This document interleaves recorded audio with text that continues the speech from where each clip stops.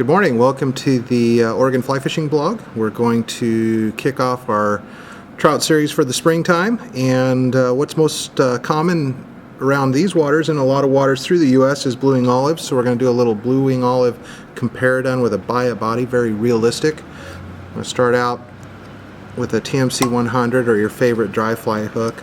I'm really fond of the 102Y. Get our thread on there. I must tell you that this is a much larger hook than we'd normally tie blue wing olives, so that you could see it. So get thread down, come up about 2/3 of the way. We've got a fine piece of dyed comparadon in a medium dun from Nature Spirit. Cut off a chunk of that, comb out the underhair. See how that comes out? Put that in the stacker.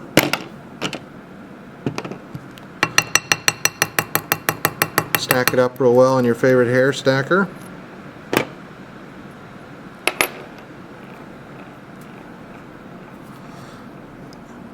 Couple loose wraps, snug it down. Couple more, snug it down. Not to let go of the hair in the back. Slide your scissors up in there.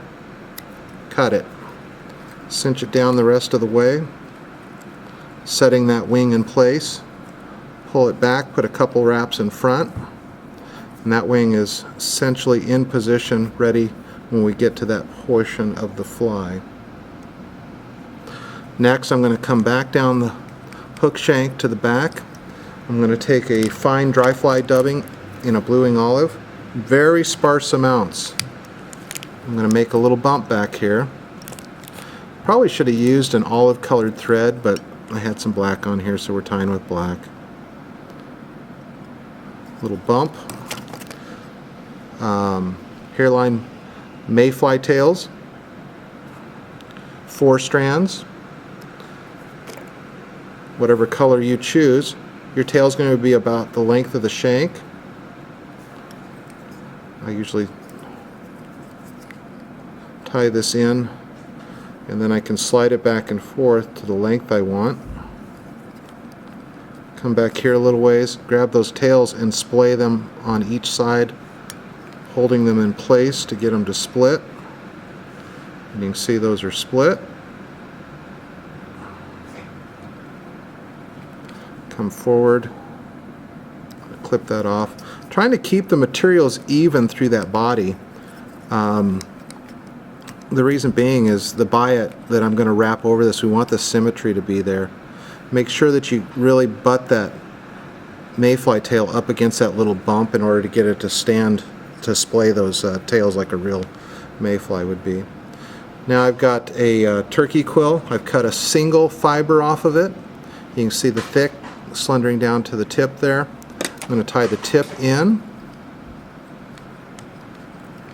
Very delicate material to tie with. Gets tougher once it's wrapped because it lays so flat. I'm going to grab it with my hackle pliers.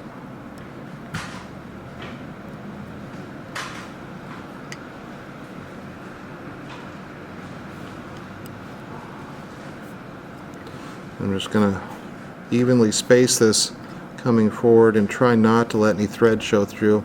An olive thread would have been beneficial, but wasn't smart enough to swap out. I'm going to tie this off just behind the wing here a little ways. Okay, so now I'm just going to kind of smooth some of this stuff out, get this wing ready.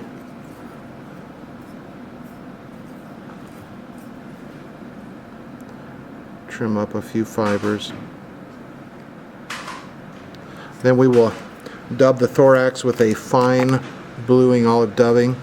Very small amounts to add it to your thread, just enough to cover the thread because you don't want a great big fat thorax. You want it to look like the actual bug. You can always add more. It's hard to take away once you get it on there. So what I'm going to do is I'm going to push this wing forward and wrap the back portion first.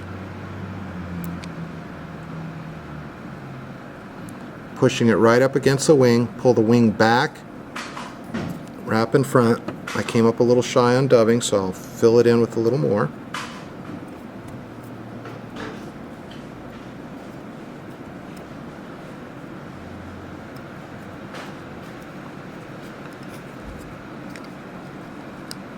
Really get that right up against that wing and put it in there.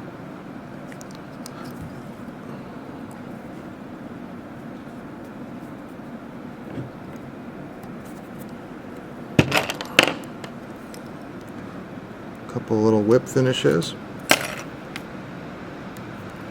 A very realistic fly. Dip this in some Flyagra, all your little bluing olives, and they are ready to go. You can see what it looks like from below, the silhouette.